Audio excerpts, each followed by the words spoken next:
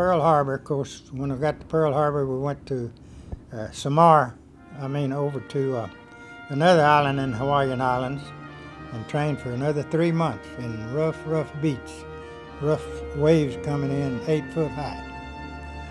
And then they sent us off to the war, you might say. We made Saipan, Tinian, Guam, the Marshalls, and then the Philippines, all the South Pacific. It was in 1966, and I was stationed in Fort Devens, Massachusetts, with the 196th Light Infantry Brigade. I was in the artillery unit. I was a fire direction officer, and for one of the batteries there in the battalion. And we were alerted to go to the Dominican Republic. There was a little war going on in the Dominican Republic. So they were going to load us up on a ship in Boston Harbor and take us down to the Dominican Republic. So we loaded up and started down, and the war ended in the Dominican Republic. So the ship just kept going, went down through the Panama Canal, went to San Diego, put on more supplies, and off to Vietnam we went. We would rendezvous and pick up the soldiers at the ship, and once we got loaded, well, we'd head for the beach. And once we got within range of the beach, we'd let the front ramp down, and that's when we unloaded our soldiers. Of course, I had a motor mechanic running the motors. We had 2 twin diesels, and I had two deckhands, one on each side with 20mm machine guns on the boat. When we hit the beach, we'd let that ramp down, and the soldiers would take off. And once they let that ramp down, you could hear enemy fire coming. And some of it was splattering off the boat, and some hitting the men and all. But that was my duty, is to put them on shore and let them hit the ramp. And then immediately, we'd start backing up and raising their ramp. Go get another load. We'd rendezvous until they called us in, and then we'd pick up another load, do the same thing again, until we unloaded that whole ship, maybe 3,000 or 4,000 men.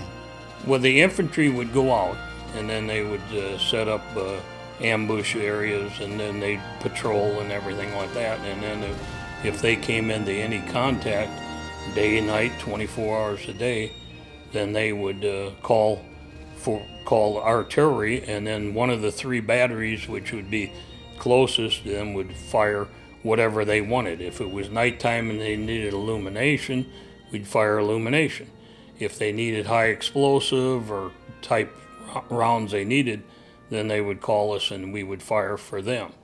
And we were also the air mobile battery for the brigade, and so if they needed to go out in an operation away from the base camp, then they would call, and the Chinooks would come in and load us up, and then off we'd go for an operation. It could be as long as, it could be a few days or as long as a month, and we did that. I had one friend that was a real good friend of mine that I saw killed, and that, you know,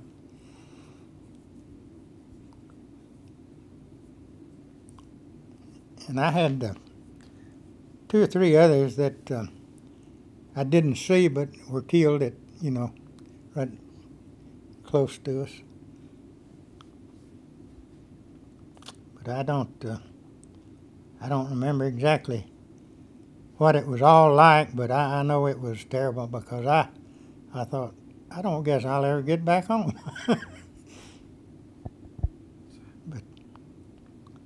But we had one man killed right on board that, you know, it shook me up. But we had to keep going. It was unbelievable. It was about 7:30 in the evening, just getting dusk. I was sitting on my bed writing a little letter to my wife at the time, and all of a sudden I heard somebody yell, "Incoming." One of our sergeants had been in Korea, and he knew what a mortar sounded like, and he yelled, "Incoming." and then the mortar rounds hit, and then there was a little chaos at the time, and everybody ran up to try to help, and people were ducking and trying to stay down because they just fired about 6 or 8 mortar rounds, and then they take off and run off, and we try to fire the artillery back at them and everything like this here. But we did end up losing 2 that evening, and a few people got wounded that evening. We were trying to make a better place for, and we didn't want the Japanese or the Germans over here tearing up our country. We wanted to fight it over there and save our country and let our country, be good for our children. We were young. I went in when I was 17, but still we had a sense of loyalty to our country. We loved our country. I mean, when we had America the Beautiful, we put our hand over our heart. But that was a different time, different story. It was a different war altogether than they have now. Well, we were fighting for their, for South Vietnam, for their freedom, to be able to have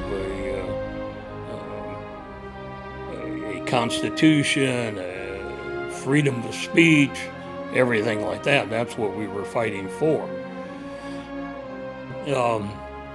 The people back here didn't support us enough, the media, and so that made the job a little harder, and it convinced people that maybe we shouldn't be doing this here, and then more people would die, and it got tough. So my mother was Pentecostal, and she had sent a little old Bible with me that had a little copper metal back on it, and I thought that was saving me, but it was the Lord doing it all. But anyway, my faith was good. I had faith that I was going back home, and then after we stayed there a long time and getting ready to make the invasion of Japan, we all knew we were going to Japan and invade the island. And that's the reason we had 1,900 boats there, landing craft units ready. And then they called us and told us that the bomb had tore up Iwo Jima and the war was over. Some of them were praying, a lot of them. But some of them were laughing and carrying on, having fun, telling jokes. Just like, I'm going to be killed in a few minutes, May as well enjoy it. And some of them felt that way. I mean, like it's going to be over on this trip, This would be our last trip. I've heard them, many of them say this would be our last trip to, and some of them come back and some of them stay. But they were just like young folks today, Their mind, they got their mind on something, a joke or something where they're going to laugh. But some of them were serious, and praying. We did, our chaplain from our unit, from our headquarters, came out there a lot, and he would get together with them a lot, or to have services. We had a couple of our lieutenants that would, on Sundays, if the chaplain couldn't make it, they would conduct a little service. And so they had that faith right there. But some of them who did not have faith, it was a little harder. I'm sure that they drank a little bit more than they should and everything like this here. I know they always talk about there was drug problems in Vietnam and everything, and we tried to keep an eye on it as best we could, and we did in our units.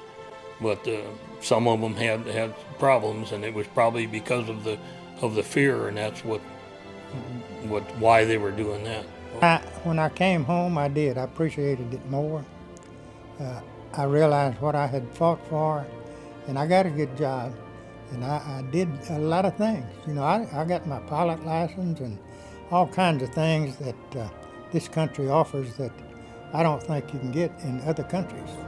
I think we're fortunate, real fortunate, to live in this freedom that we have. We don't appreciate it like we should.